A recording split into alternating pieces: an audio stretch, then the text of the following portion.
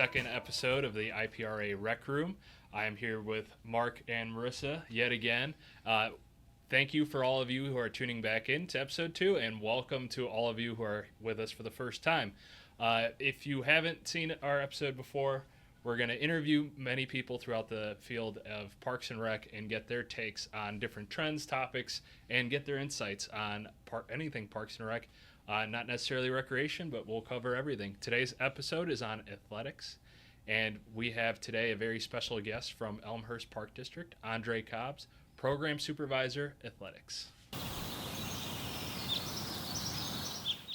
All right, welcome to the Rec Room, Andre. Why don't you go ahead and start by telling us a little bit about yourself? All right, well, my name's Andre Cobbs. I've been in the field of recreation for 7 years now. I've been at the Elmhurst Park District for 6 of those 7 years. I've been doing athletics for 6 of those 7 years. Actually, yeah, for 6 of those 7 years. I oversee adult leagues, BD and youth instructional classes, contractual athletic programs, and venturing into some one-off like special events for athletics as well. Fun. So what do you do for fun when you're not working? We talked about your daughter's doing swim lessons. What else? What else are you doing? Well, I'm a fairly new father. My daughter's only 7 months, so Welcome to the club. that is that has been a fun transition. But usually, what I try to do for fun and enjoy myself because of our field or our profession, I just kind of watch movies and listen to music. So I'm more of a chill, kind of relaxed person. What's your favorite movie? If you had to pick. One that I'm able to watch over and over again, regardless of what it is. Pulp Fiction. Is that weird? Oh, good. No. Yeah, no, that's a good one. I'd say that's a cult classic right there. I Yeah, mean, that's a good movie. some people that listen to this might not be old enough to know what it is, but it's, True. Very true. Yeah. If you don't know what it is, go out, research it. It's a really good movie and watch it. Yes. So Yes. Andre recommends it. Yeah. right? Yes. So do I. Highly recommend it. So why did you join the Parks and Rec field? It kind of actually happened by accident. Don't we all Yes. stumble into it? It was something that I did as just being an uncle. My nephew played football, he played baseball, and while I was visiting, I went out and helped coach a couple of practices, and I was just like, man, I really enjoy doing this. And went back to school, and I was a business administration major, and I was like, I don't like the statistics part of this. And my advisor was like, well, what do you like to do? And I was like, well, I like to coach and I like to write. And she was like, well, try English and recreation and pick out of one of those two which one you want to continue with. And rec, I took an outdoor rec class, and I was like, that's it, I want to do that. So First episode, Vince had a good advisor. Sounds like you did. As I told, I didn't have a good advisor. I wish I would have went to the schools you guys did, because I had no idea about Parks and Rec. So it's nice that advisors know about Parks and Rec, are kind of pushing that to people to try to get into the field. So yeah, this was my probably third advisor at that point. But yeah, Wow. hey, at least somebody knew about it, right? third time's a charm. Yes, exactly. So what's your dream rec room? Dream rec room. Right now, I'm currently in the process of creating it. Projector, dartboard, arcade, cruising USA game. Gotta have it. Fridge, and just a solid entertainment setup to just relax and listen to music and have some people over and just kind of chill. So when's the housewarming rec room? When's that coming out? In Andre's rec room. We got to get the VIP access to this. I don't know. With a 7-month-old TBD. I'll bring my 10-year-old to come babysit. Yes. Well, because I'm building it myself with some help from my father-in-law. So it's like, Nice. the timeline's up in the air. Yes, everything is to be determined. Yeah, Yeah. 100%. All right, so if you had to professionally at work, if you had to build something at work for Rec Room, if you went to your boss and said, hey, I want to build a Rec Room, what would you put in there for your community? putting you on the spot. Sorry. Well, right now, if you go to our website, we are doing some stuff for Elevate Elmhurst, and there's some input that was shared. So, the biggest space would be, I think it's 3 full-size basketball courts, walking track, viewing area, bleachers, and then like a multi-purpose room right off of it with an indoor turf space as well, like Nice. conversion possibility. Yeah, just kind of a all-purpose room. Multi-purpose, yeah, Yeah. multifunctional. Definitely. Yeah. Okay. So, Andre, what has been the biggest change in athletics since the pandemic? Yeah, I think it's been travel. Like there's been an increase, depending on the sport and participation. At least that's what I've witnessed. A lot of travel baseball, travel basketball, things of that nature have picked up, and I believe with another contributing factor to that was social media as well. You've seen it with a lot of the mixtapes that are put together, or Yeah. the TikToks and highlight reels. And the craziest thing that I saw was with, I want to say it was like a group of 8 or 9-year-olds that were playing, and they all had on like the sleeves and the headbands and Steph Curry we're like wannabes. tapping the top Yeah. of the head. And I'm like, nobody's dunking, but Right. sure, sure. But they were all part, like it was all part of a travel league. So, Mhm. you know, they travel around the country playing other teams and stuff like that. So usually that was something that you saved or saw for high school. Yeah. And Right. now to see it with that young is like, okay, this is picking up. So, yeah. Yeah, I've noticed even just with my son's age group, he's almost 10. And yes, during the pandemic, we started playing with MBSA, Monoline Baseball Softball Association. And it was just crazy to see how early they would take those kids as travel players. You know, and these kids can barely throw a ball, but now we're throwing them into travel situations. So, yeah, I mean, what trends have you seen regarding in-house versus travel? I would say with there's been parents that have been more vocal about in-house. For us, because we don't really have a large, or I don't think we have anything that I've overseen so far, in-house sports leagues outside of our gymnastics program. But we do have an internal dance, we have an internal gymnastics, but yeah, we haven't had internal youth sports like outside of those 2 areas. So more people are becoming more vocal about the need for the Park District to have those, just for the simple fact of not wanting to travel as much, because that, like we said, that is picking up.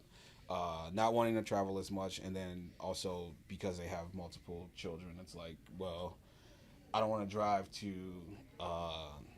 Alsip, but then my other child has something that's in You got to divide and conquer. Yeah. in Arlington Heights. So now I'm going from Arlington Heights to Alsip, and I have to do that in one day. Right. Yeah. And it's like, yeah, okay, I get it. Yeah, I So, almost wonder yeah. if it'll swing the other way. Like, you know, travel got really big during the pandemic, and I wonder if it, like, within the next year, we'll see a swing back to in-house or rec leagues, because people will be tired of all this having to divide and conquer and splitting their time. Yeah, I mean, I think it depends. I mean, so in Elmhurst by you got, for, like, let's just say basketball, is that the parent-run organization that runs the in-house, or does the Park District run the in-house basketball? That's a parent run. Parent-run? Okay. Yeah, Because organization. that's kind of the interesting thing. I think a lot of people, when you look at of in-house, you think of community. You know, you don't think of a parent-run organization running an in-house program. Like for us in Palatine, our travel soccer program also runs the in-house soccer program. Okay. So there's a lot of conversations of who should be running the in-house, who should be running the travel. You know, then I was in Wheaton, and we had all the parent associations were actually part of the Park District. They weren't parent separate boards. Now there were board members, but they were volunteers of the Park District. So you had like this different mix, and it's like, well, it works well in this community, but Right. this community, this is how it works for me. For you, it works in a different way for you guys. So it's like, I think, a hot topic of who should run it, who shouldn't run it. When do you start travel? Is it third grade? Is it fourth grade? Is it fifth grade? Certain sports are different age groups of when you should start it and not start it. And do you cannibalize your in-house program by starting the travel? And that argument back and forth with, if I run the in-house program as a park district and a parent organization runs the travel and we're not aligned, are they going to take players from my program, which now I'm having to go to my boss and be like, yeah, our program's going down because this parent organization is now taking all the players. Right. And it's a tricky situation to have those conversations. And I will say that's definitely been a kind of a road sign in my mind when trying to make a decision whether or not I want to travel down that road. Do I take this on or doing not? in-house, Yeah. trying to run an in-house program is, there's a couple different things. One is oversaturation. Correct. So that's a big thing. I mentioned during one of our earlier conversations just the sheer number of parent-run organizations that we've had in our community. I want to say at one point we had 7 soccer affiliate groups. Oh my god!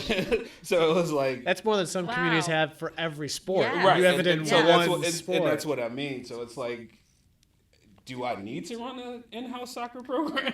Correct. You also don't want to upset somebody because you're like, I'm trying to step on your toes in your territory. You're like, exactly, and it's is not that beneficial? That's not what I'm trying to do. So Right. it's taking all of those things into consideration, because I do get the community members that come to me and say like, well, why don't you run this? And I have to explain to them like, you have 15 options. Right. Yeah. Why add a 16? I would just be number 16. Right. So 16 for our community of 30,000, or well, no, I'm not going to undersell us. We're 48,000 community members, and how many of them are participating in youth soccer or youth and early childhood soccer?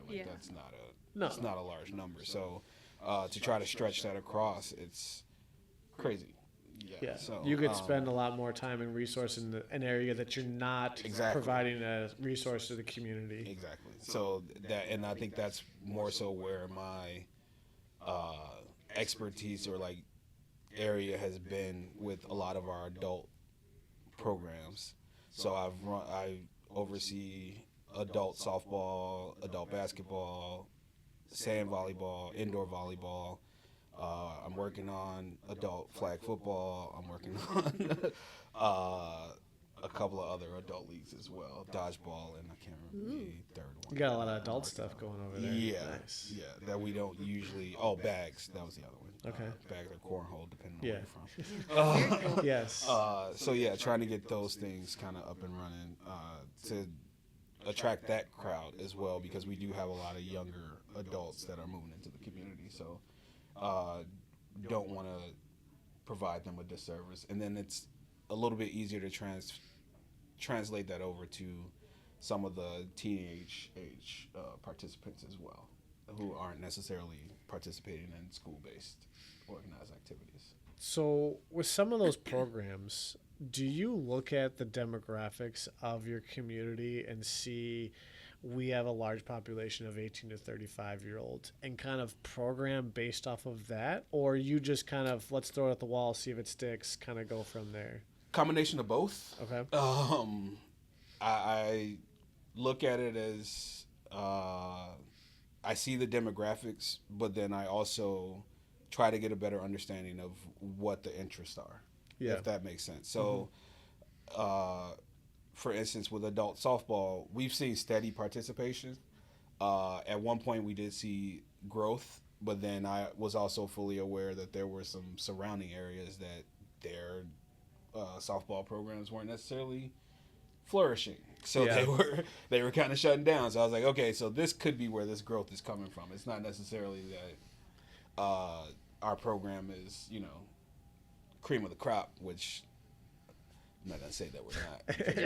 But you can pat yourself on the back. That's okay. But you're surviving. But you're not dying. So you're doing something well that you're drawing people even if they're not in your town to your community. But it wasn't a lot of the community that we were seeing that were part of the growing numbers. So then I thought, like, okay, well, this isn't it. So let's try to, that's where the throwing the spaghetti up against the wall and seeing what sticks comes into play, because then it's like, okay, well, what are you interested in? Right. You know, because you might not be interested in the traditional sports. You might be interested in, you know, cheese rolling. So we might, you know, we have a sled hill. Let's get a wheel of cheese at the top of the sled hill, see how many Everybody people turn chase up. it. Yeah. See how many Sounds people turn fun. up. I'm in. I love Just simple things like that. I know it's not a sport, but it's one thing that we tried out last year, and it ended up being something that's continued since, which was puzzling. So yeah, like we had like a puzzle competition. It was something that we can do during like post-pandemic or whatever, where, you know, it was like you have your space, you have your, you know, everybody's working on the same thing, you can still social distance, and it went off like gangbusters. Like, for some reason, Like I want to say 500-piece puzzle. we started with 500, and Oh then my I think gosh. we've increased at this point. We have one. We call it because the we can Puzzle do Palooza. teams. I've heard of these puzzle paloozas. It's a competition. Yeah. You literally say, hey, everybody, here's the same puzzle. Yeah. Start the It hasn't stopwatch. picked up at our park district. I know somebody Again, in yeah. the field that is trying to make like a regional competition where you go to different Wow. And there you places and the winners then go to like a regional Yeah. competition Wow. where, I mean, I think at ours, like, I think it was like a 20 minutes was like the winner for like, Yeah. I think it was like a 750 piece In puzzle. 20 minutes. 4 people on a team. Good night. I mean, people were bringing in lights. They had their own like people have, contraptions. like, they had trays to like Trays, sort yeah, stuff. I mean, sorters. it's. It is wild. All right.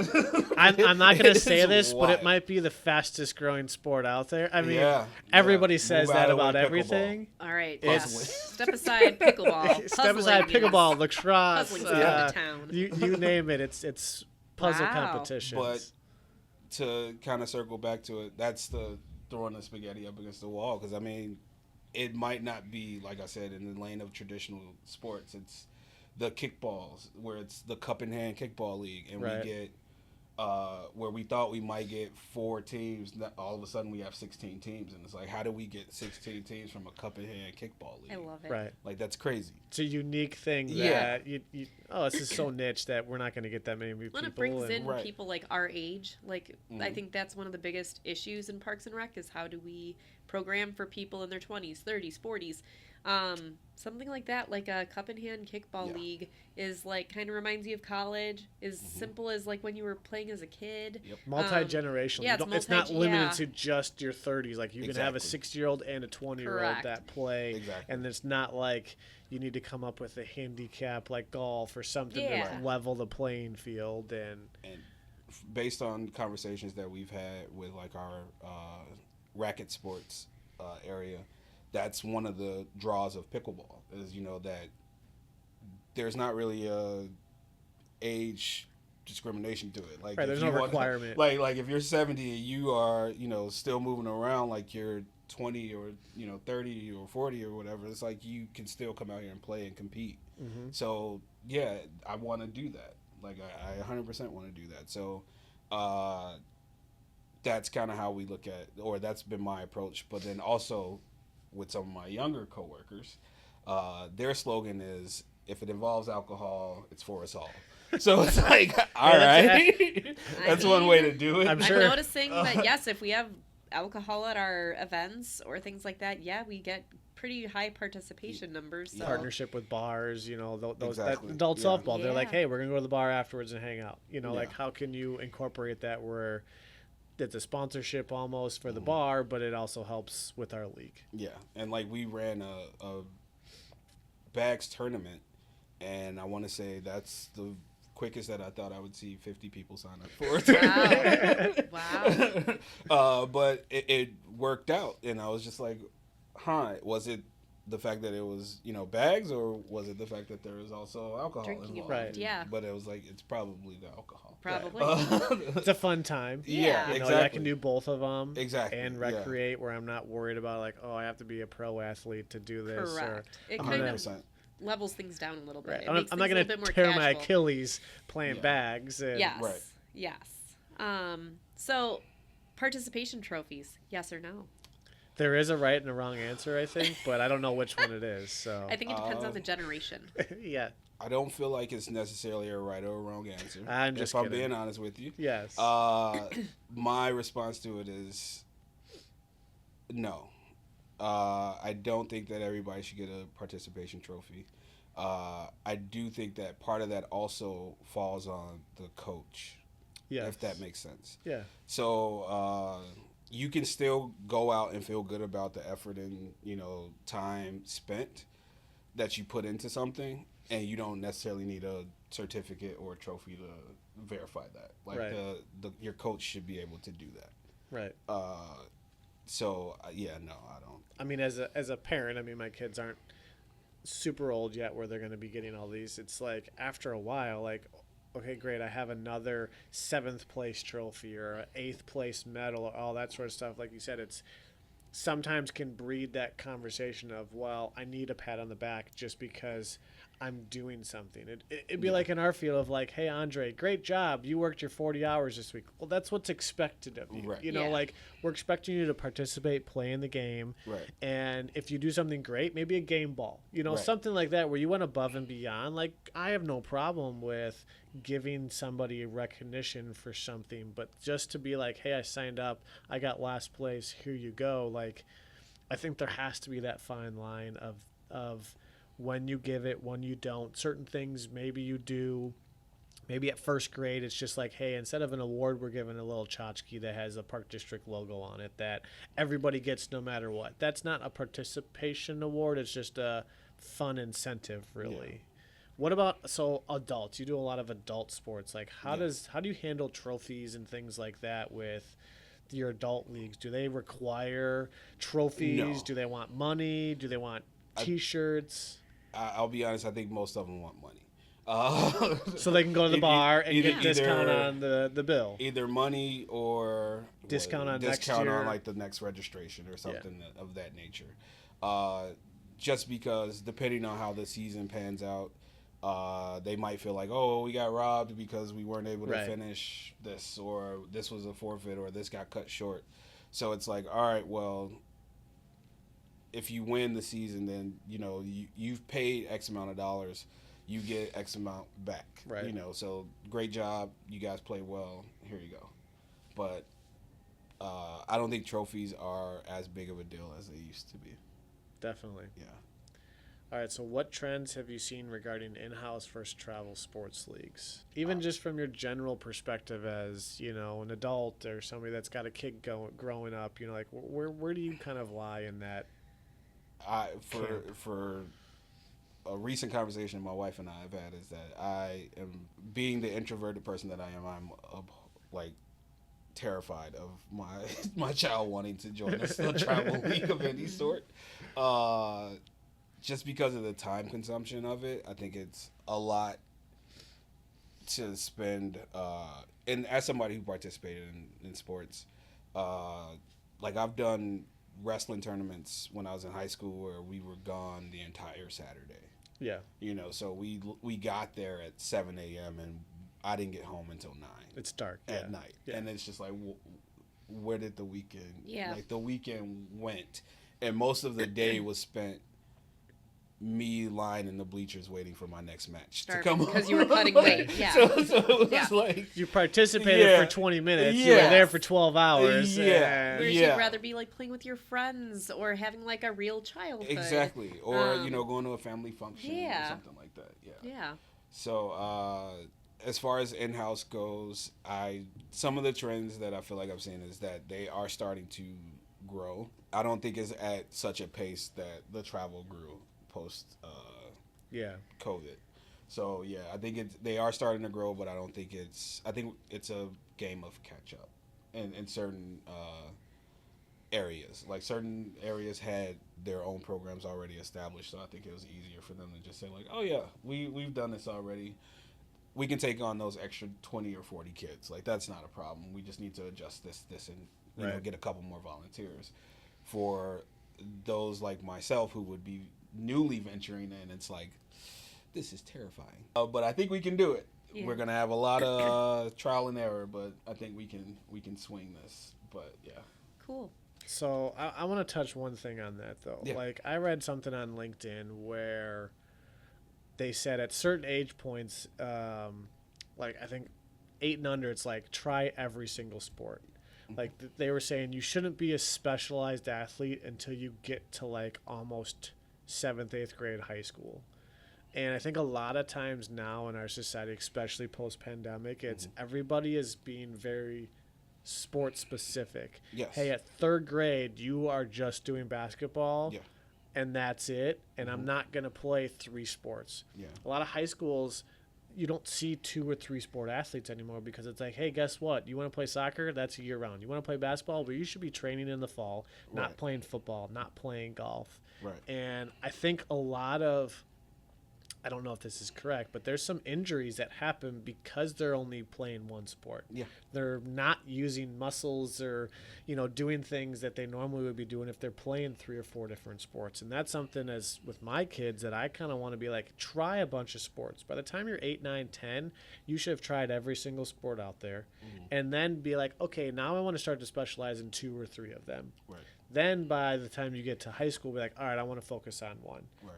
If you want to. If you want to play more, great. But, like, I just think there's been a trend earlier and earlier of people being more specialized in sports, which I think is more of a detriment to athletics and in-house programs because their parents are like, well, I can't do that because I'm playing travel and I don't have the time commitment to play in-house soccer because I'm doing travel basketball. Yeah.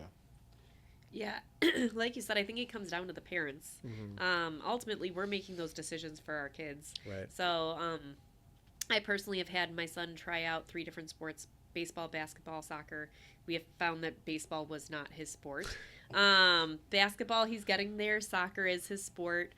So we do focus a little bit more on soccer, but we don't make it all that he eats, sleeps, and breathes. Right. So, yeah, I think some of it is parents wanting to relive through their children. 100%. They were a baseball player. They were a soccer player. My husband was a wrestler. So wanting to have your kids live, out Live what out your you dreams. didn't. Right. Yeah, you didn't make it there, so I'm going to, visit my mistakes and fix those within my child. So I think some of it comes from the parents. But I do hope that there is a swing back to in-house rec programs. I really hope that the youth get to experience athletics just for fun. Like when I was growing up, I participated in softball. I did AHYAA, the Arlington Heights Youth Athletic Association. And it was never travel. It was just for fun. I made some great friends. Right. There was never that pressure to be the best at it. It was just get out there and have fun. And I hope that at some point kids get to experience that we get back to that. When it stops being fun, we shouldn't be having our youth do it. So that's my own philosophy. Yeah. And I want to say that is a trend that I have noticed as well is the burnout.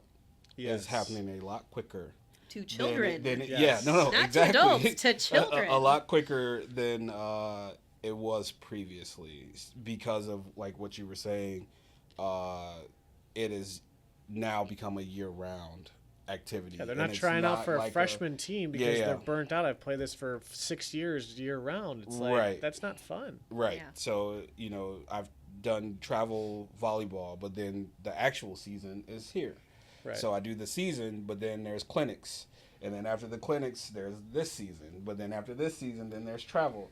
So it's a circle of just like, yep, for the next 9 years, I'll just Yeah. I'm stuck. I'll be doing this until one day I wake up, and say like, yeah, I'm over it. Yeah. I'm over it. I don't want to do this anymore. And then I have had parents approach me about that, about their kids coming to them and saying like, I don't like the nature of it, Right. like being on this team, Right. because it is so competitive, it's so intense, and it's not fun. Like it feels It's high more like stress. it feels It's more like a work. job Yeah. Yeah. than it does like me actually going out and enjoying this activity. So that's when the parents have approached me and saying like, well, what do you guys do here? Because you all would have a more relaxed, Yes. less stressful Just environment fun. of like Yeah. letting them just come in. They get a T-shirt at the end of the season. They take a team picture. Pizza party. That's you're done. it. Yeah. Yeah. Yeah. And it's all. And I think the icing on the cake for them is like it's all at the same location. So it's not Right. like we have to travel to, Yeah. you know, DeKalb to get this game in. It's like nope, we're right here in Elmhurst. We play here every Saturday at 10 o'clock. Yep. So we'll be Yeah. here every Saturday at 10. It's an hour. We go home or we go to a family event or whatever it might be afterwards, and we enjoy the rest of our weekend. Yeah. So that made me think about our last question about affiliate programs. What's your philosophy on affiliate programs? Should all in-house leagues be run by the park districts? So like for us, we have AYSO. I assume most park districts do. So how do you feel about that? Should leagues be run in-house or through the park district? I have an interesting perspective because it depends on who it is that I'm talking to. Okay. And which sport when it comes, is. yeah, Yeah. exactly. When it comes Yeah. to the affiliate groups, just for the simple fact that I think that there are well-run affiliate organizations, and they can be excellent collaborators with the park district. And I think when you have a structure set up, as Mark might have mentioned earlier, with the differences between like Wheaton and you Right. know how those things are set up or structured, you can have a symbiotic relationship with the affiliate groups where it works out well for everybody because the communication's there. So it's like, all right, Yeah. you're going to get the fields on these days. We're going to have our programs at this time on these days, and then you can do whatever you need to after that. So, like, it can work as long as everybody's willing to collaborate. But I've also had a shared experience of those that are just like, I want everything. You get nothing. Yeah. And we might be using it. We might not be using it, but we still want it. And it's like, all right, you're pushing it. And those can be more of a stress-inducing relationship where it's like, okay, do I really want to take on the weight of, as a park district, running a program like this, or just to disassociate with this individual, or do we just figure out a way to coexist? So I think it's depending on your temperament. Yeah. As an agency, it depends on your temperament as an agency. Are you willing to take an Advil and deal with the headache every now and then, or do you want to just completely cut it out and say no more headaches at all? We're just gonna take it all Yeah. in and accept that. It's beast. tough. Yeah, I mean, I think it also comes down to the board members, those volunteer board members for those affiliates. You know, 100%, like yeah. there's some really fantastic ones. Palatine, we have 3 big ones. We have a soccer, a football, and a baseball, softball. All of those presidents and people that I've been dealing with the last 2 years, they're great. You know, as long as their mission is in line with the park district, there's no issues. We deal with fields, we work back and forth. You know, it's been a really good relationship. You know, there can be districts and places where they have their own thought process of this is what I want to do travel, I want to do this, I want to do that, and I don't care about in-house. And that's where you get that butting heads of should the park district step in? Right. Should I step on their toes? Should I then be the one that's going to ruffle feathers? And if so, is it worth that headache and the Advil you got to take and everything? So, you know, I think it depends on the relationships and depends on, you know, those board members and those presidents of like, what is their vision? And hopefully they'll be on understand what the park district wants and saying, we need your help with this, but here's where our goal is. You know, we're not going to tell you how to run it, but this is what we hope, you know, you guys want to do as well.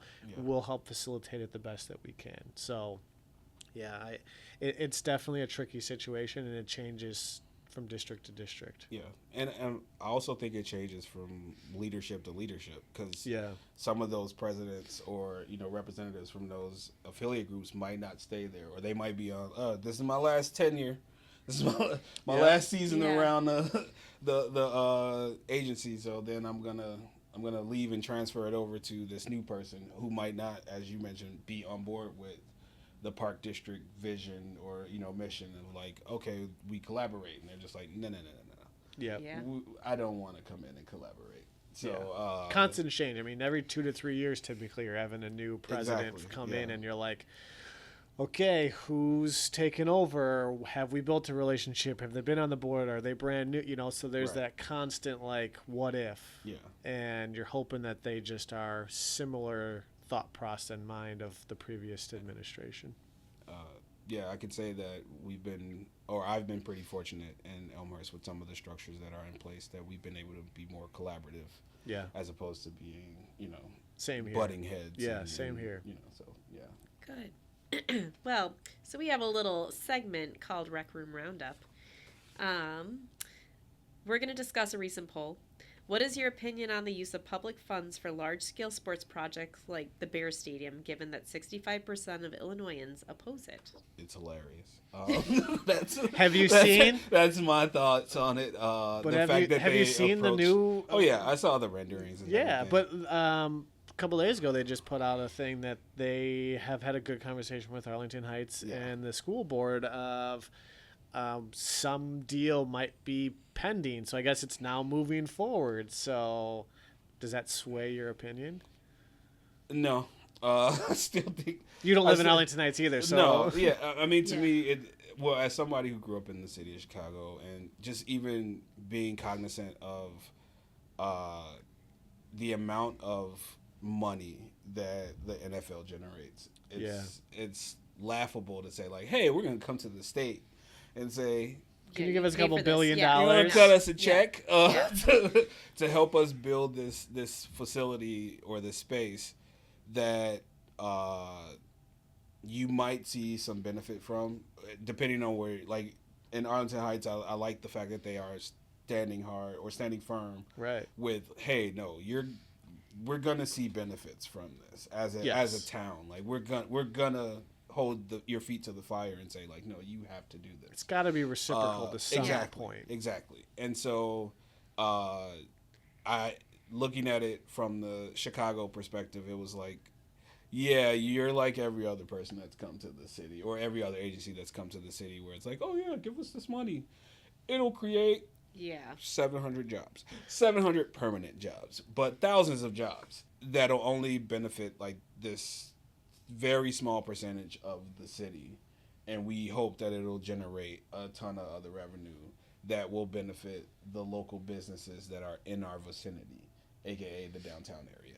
So it won't affect the local neighborhoods that are, maybe 2 miles further or, on the other side of town. So it's an inconvenience now because now more of those areas that are 2 miles away are seeing an influx in foot traffic or parking, and not necessarily in revenue or funds being spent because they're parking there and leaving to go to the stadium. Yes. So they're not necessarily saying like, oh yeah, let's go to dinner over here where we They're parked cutting at. through. It's like, Yeah, no, they're cutting through. Yeah. And causing more traffic, Exactly. but they're not reaping any of the benefits. Exactly. Don't So, overpromise and underdeliver. Exactly. They promise the world and then say, sorry, we can only give you half of it. Yeah, basically.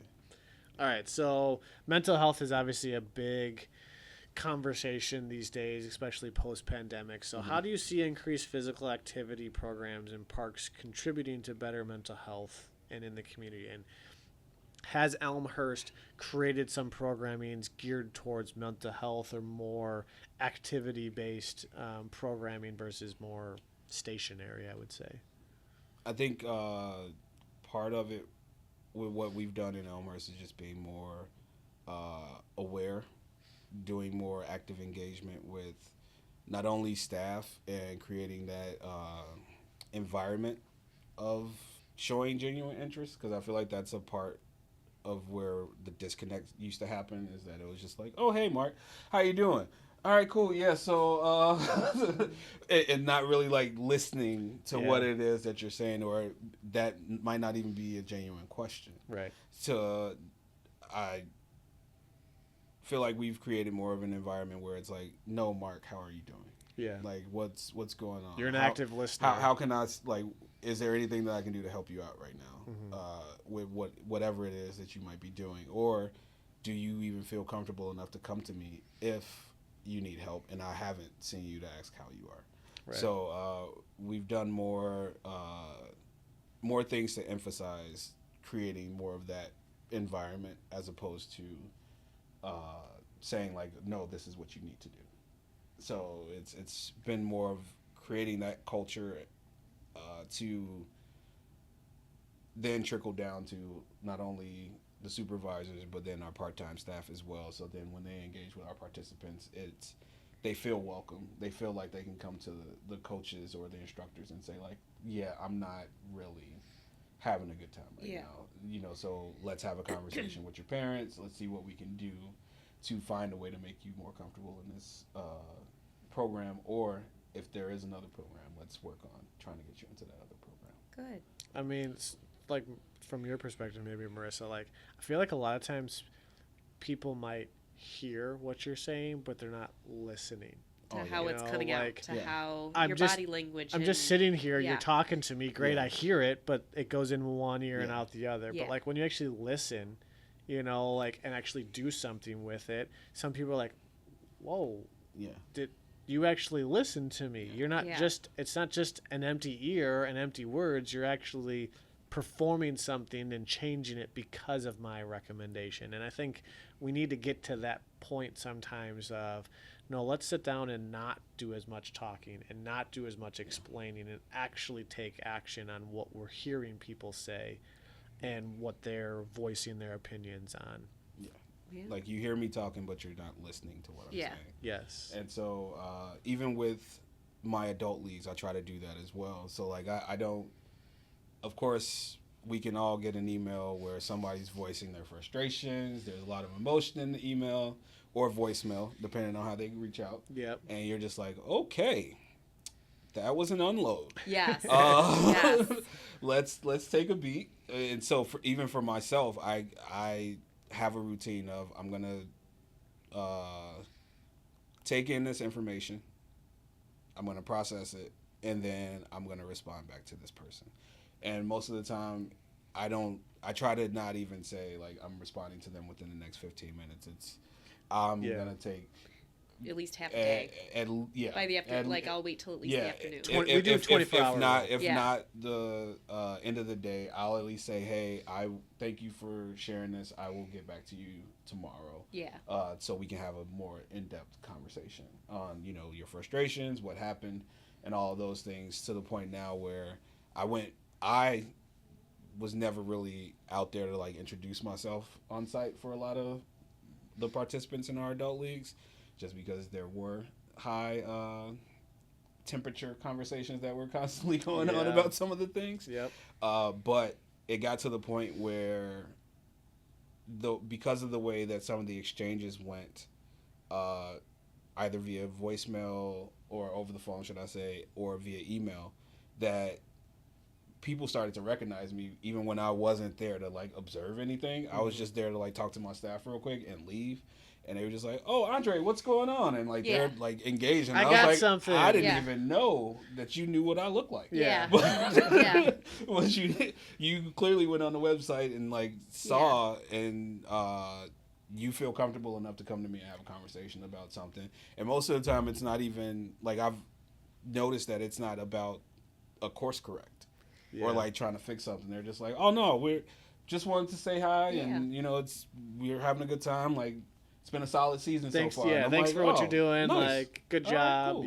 Yeah, like you said, I appreciate think some people just need to unload on us sometimes, and I think sometimes we have to recognize that we can't take it personal, and sometimes they don't necessarily want us to fix something. They're just having a bad day. Venting. And they're venting. They've seen a sign in our facility that isn't written the exact way they'd like it written. And sometimes I think we just need to, thank you. I will take that into consideration, or... but just let them unload on you. And like you said, I would say some of my most difficult people are people who've come to me and had really strong feelings, end up being my best allies. Yeah. Because then once you explain to them where you're coming from, you've really listened to them, you feel their emotion, you know why they're so passionate about it, they end up feeling like you understand them. More heard, yeah. And then they end up being your best advocates. When you do need to change something in your program or your facility, they're the first people to stand up and say, no, that's why they're doing it. Yeah. Marissa's a 100%. good person. Andre's a good person. Mark's a good person. They're doing this with good intentions. They don't know the background. A lot of people just don't know what we're dealing with Yeah. other things, with budgets Yeah. or bosses or, missions and that sort of stuff, where that when you explain it, then they're like, light that makes bulb. sense. Yeah. Now I get it. Yeah. Because it's not, we don't need to share all of that up front. But if Right. somebody asks, yeah, I'll answer the question. Yeah. But I'm not going to put everything out there all the time. That's just not necessarily what we need to do. And so, yeah, it is an interesting way of listening versus hearing and going through all that sort of stuff. And just real quick, something that I touched on, or that I learned, should I say, over the past couple of weeks, is that not everybody receives information the same. Yeah. So, you might have it. Your default response is, "It's in the brochure. It's on our website." Right. And it's it's one way on our website. So, I've learned that when I listen, I can get a better understanding of, okay, that's not how you receive information. You're more of a visual person, or you're more of a hands-on person. Got it. Yeah. So I'll meet you at the program, and then we can go through this process, and I can actually help you get a better understanding of, this is why this process is this way, or this is what we need from you in order to make this more of a streamlined process. Mm-hmm. And you will have a better time with participating, because you now understand that this is why we do this. So, yeah. Yeah. All right, next question. There is an article on rising costs of youth sports, as everything else in our economy has also been rising.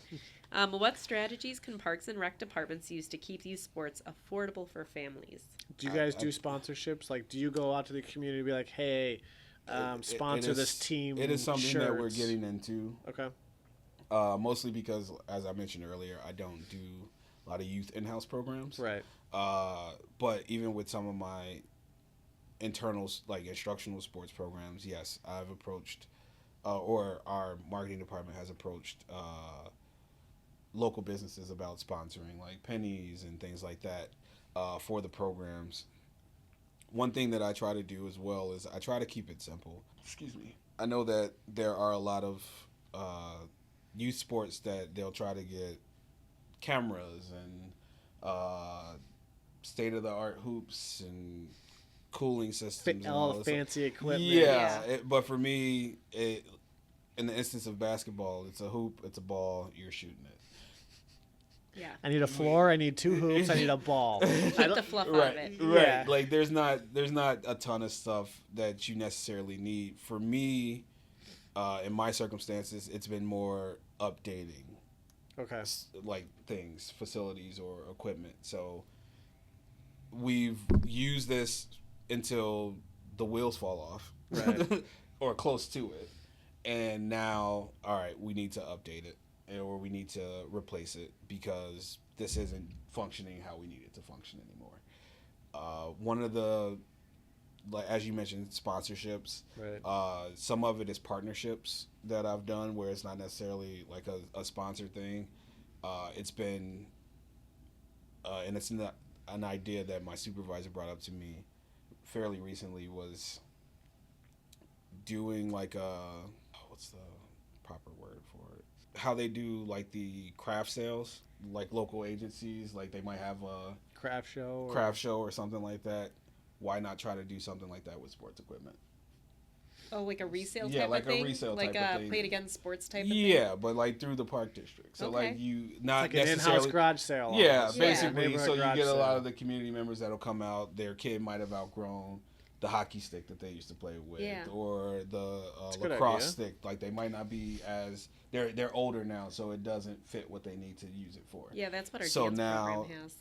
With that's what dance, they'll- our dance program has that with shoes. Exactly. Okay, once you've outgrown your tap shoes, donate them to the park district, and then Right. the next generation can enjoy them. Exactly. So it's not like you necessarily need to sell everything, but if you have some hockey equipment that your kid grew 5 inches over the summer, so they don't fit into that anymore.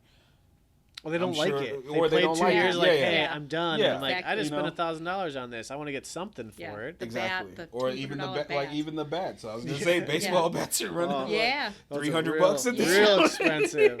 Yeah. So yeah, even those simple things, it's like those are running fairly high. So why not have a place or at least an opportunity for the parents to not feel as bad? Like, oh yeah, I spent $300 on it, but Yeah. I at least got half of that back. Yeah, and at least You now know. it's going to And some it's other kid like it's gonna get who's- used. Yeah. Yes. I mean, marketplace. You know, is Yeah, there a if you way see Yeah, the to marketplace. promote it Yeah. on Yeah. the website Yeah. for the partners? Be like, hey, go here. This Yeah. is the community members that live in Elmhurst or Mundelein or Palatine that Yeah. are looking to sell equipment, Yeah. and just helping facilitate it. Not even like we're trying to make a cut or anything. Like Yeah. just Right. trying to help the community, repurpose and do all that sort of Right. stuff. Yeah. All right, so last one. So this one is girls flag football. As we know, IHSA has approved it to be a sanctioned sport. Okay. So what's your thoughts on the growing popularity of it? Do you see that as a trend in Elmhurst or in the areas of running girls flag football, and the impact on promoting inclusivity and participation for both boys and girls? I know there's a lot of questions that I Yeah, asked there. that was a loaded question, Mark. So here in Palatine, we are trying to offer a girls flag football only program. Okay. The tough thing is we can't do it by ourselves. So Okay. we're trying to partner with Rolling Meadows and Hoffman and Arlington Heights and be like, okay, if we can get enough girls between our collective groups, great. Let's run some teams. Let's do a joint league, an inter-village league, so to speak. Yeah. Have you seen that in your community in Elmhurst or surrounding areas, or is that something that is, your bosses have come to you and been like, hey, have you seen this? Are we going to jump on it? No. Okay. I have not seen it in flag football. I would love to see it in flag football.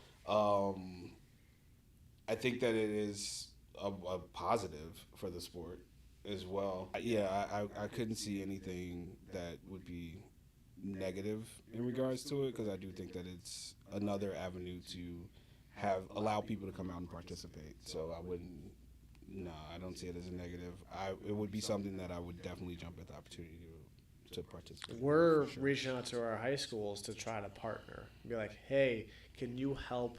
There's a lot of interest from Palatine and from high school in our community that they might have teams, they might have girls. Be like, okay, is there a way that we can be your feeder, that we can help get the interest at the younger age group, so by the time they do get to high school, they've already played the sport, they understand the fundamentals, that they've already put some skills together, where now it's not just, hey, freshman year, I'm rolling out a football for girls flag football and I'm trying the sport out. So I think those are things that I think potentially people across Illinois could look at and be like, all right, I might not be able to do it all by myself, but can these high schools, can these other community members help me facilitate it? Surrounding communities be like, hey, let's get a team together. Even if it's not in one area, it's still, we're trying to do this for the kids, for the community, and utilizing those resources. So Yeah. I think it's a valiant effort to try to do it. I think that it for sure could be very beneficial. I like the inclusivity part of it as well, because it is a non-traditional avenue that is, I believe, growing in popularity. I think we saw it a lot with the ads during the Super Bowl, where it would be awesome to see, similar to what we're seeing now with the WNBA and how that influx has happened with a lot of the competition. And Caitlin Clark, she's Caitlin Clark. I just think it's a nice refresher back to what makes the sport enjoyable. Yeah. It's a solid, and I think it's also a testament to what makes it seen as something that's achievable as well. Unlike with some of the other leagues where I feel like they've gotten carried away with contracts and Yes. appearances and things like that, where, not saying that they shouldn't get compensated for what they do, but at the same time, you're saying that you want another $100 million, but you also want to cut the season like right. I'll 40 play games. 16 games. I'll Yeah. play 16 games, Yeah. but pay me more. Like you want to cut it 40 games, but you want another $100 million. Yeah. I don't know how I feel about Yeah. that. So, Yeah. but with the added interest of, you still have the competitiveness, you still have the rivalries, you still have the human interest piece, because there are personalities that come with the league and the game. I think it would be the same thing with flag football as well, where it's like, okay, you learn the basics, you get to a point where there's gonna be somebody where, hey, this is their bread and butter. Yeah. Like this, I don't know They found their where. niche. Yeah, I don't know Right. where you've been for a while, Yeah. but welcome. Yeah. And it's Yeah. great to see you. I recently saw a clip of a 8-year-old young lady that was playing, and she looked like Barry Sanders out there.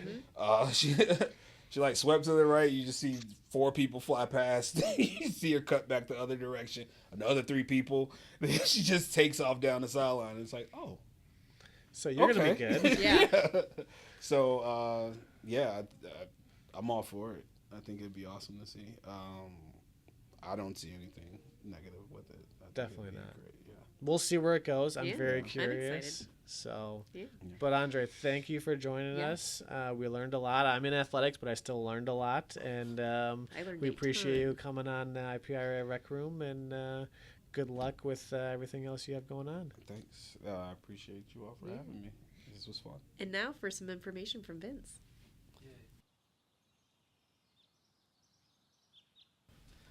Well, thank you again to Andre for that awesome insight into all things athletics in Parks and Rec. It's awesome to get both your insight and Mark as well. Always great, and Marissa too. Yeah. Love athletics. So, as a former athletics person as well, always tons to cover. But speaking of things to cover, we got some great upcoming events here at IPRA, and not just athletics. So first off, we have a lunch and learn with PFM Asset Management. They will be teaching you about investing Park District dollars. That's on Friday, August 23rd, and it's going to be over Zoom. So if you're having a hard time getting out of the office during the busy times of the year, definitely hop onto that. There'll be an interactive Q&A as well, so you can get all of your questions, all of your investment questions answered. We also have the HR Symposium on Friday, September 20th. That's going to be in Carroll Stream Park District at the Fountain View Recreation Center, and that's from 8:30 to 3.